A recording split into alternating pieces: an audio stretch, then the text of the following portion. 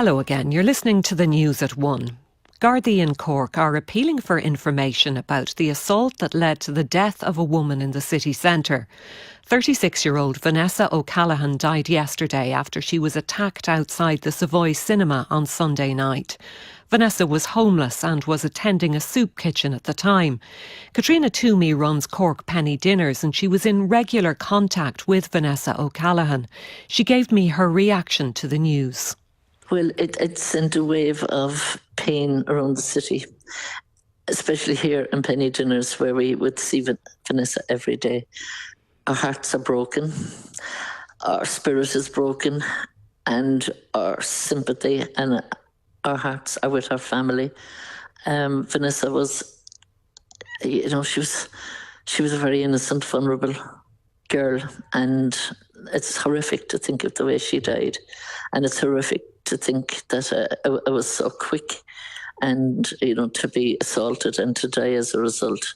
That it's really hurting everybody here. And all we want is, now to try and let our family know that she was loved by so many, not just us, the volunteers, but everybody around Cork knew her and they all felt the same. So it's a big, big pain in the city at the minute. You say she was very vulnerable. Tell us a little about her.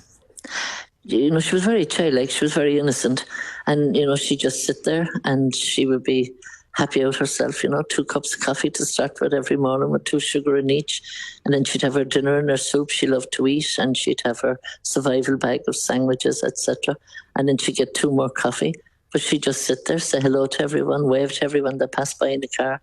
A big smile on her face, and she'd always ask, she was great for asking people, how are you? And how are you today? Like, how's your health? How's everything? Are you looking after yourself? She used to always ask me that. And I'd say I am. And she said, no, you're not. You're looking after others. How could you be looking after yourself? This was her way. Big smile. She had a very, very big smile. And, she'd say things like, are you happy? I'd say I am. And she'd say, well, if you're happy, I'm happy. And I'd say, are you happy? And she'd say, I am. And I said, well, we're all happy. And the volunteers, all the other volunteers would interact with her like that. She had something to say to everybody, but she was always beyond thankful, very grateful. And she let us know every day how grateful she was. But she obviously, at the same time, had a very hard life. Did she have somewhere to stay, do you know, or did she tend to sleep on the streets? She slept on the streets, yeah. And that was difficult, There's been times she's been intense. She's been here, there and everywhere. And again, that was probably down to her issue. She has a loving family, but she couldn't cope. And that's the sadness of it, really. She was somebody that would never raise her voice, would never argue with anyone, would never cause any argument to break out, or anything at all, or get involved in anything. She would just do her own thing, and she was happy out in her own little world.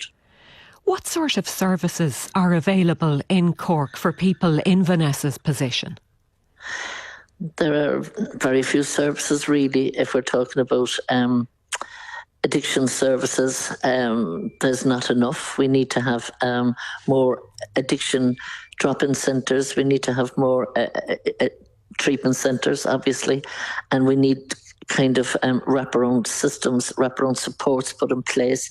We need the system of supports, and by that I mean that if somebody goes to a treatment centre and they come out after a month and then they're back on the street, that's obviously a recipe for disaster. So we need consistency. We need massive pre-care, we need massive treatment, and we need a massive aftercare, and we need all these systems in place. We need emergency accommodation where people can have a bed for the night, and whereby then they could, access support services during the day that would help get them ready for their own home, their home for life. And that's what's needed. Sometimes putting vulnerable people into places they can't survive in there because they don't know how to do it. So it's all a big, big, big area, but it now needs to be tackled And everything in that area has to be tackled in order to have a successful outcome and a second and third and fourth chance for all these people that need it, because we're losing too many and we don't want that to happen anymore. We're all truly, truly, truly saddened by every death on the street or every death with addiction. But with Vanessa's one, it's hammered it all home to us. Even in your vulnerable state, you know how easy it is for your life just to disappear. If there was anything like topical going on, like, you know, she'd say, "Did you hear about this? Did you hear about that?" Like, you know, and she'd say, "Guess who's coming to town?" If there was, I remember when Sting was coming, like, she says to me, "Are you going to see Sting?" And I said, "I don't know yet," you know. And she was saying, "Do go for yourself, have a good time." You know, that's the way she was. It's only a few weeks since we spoke here on the programme about a woman who was found in Cork basically using one of those cloth skips for shelter. Are there many women who sleep on the streets in Cork? There are many, many women on the streets in Cork, and the majority of women out there are very vulnerable. They're very exposed to danger on the street, and there is no protection for them, really. It's, you know, they're lucky if there's somebody else that's homeless, that's strong, that can protect them.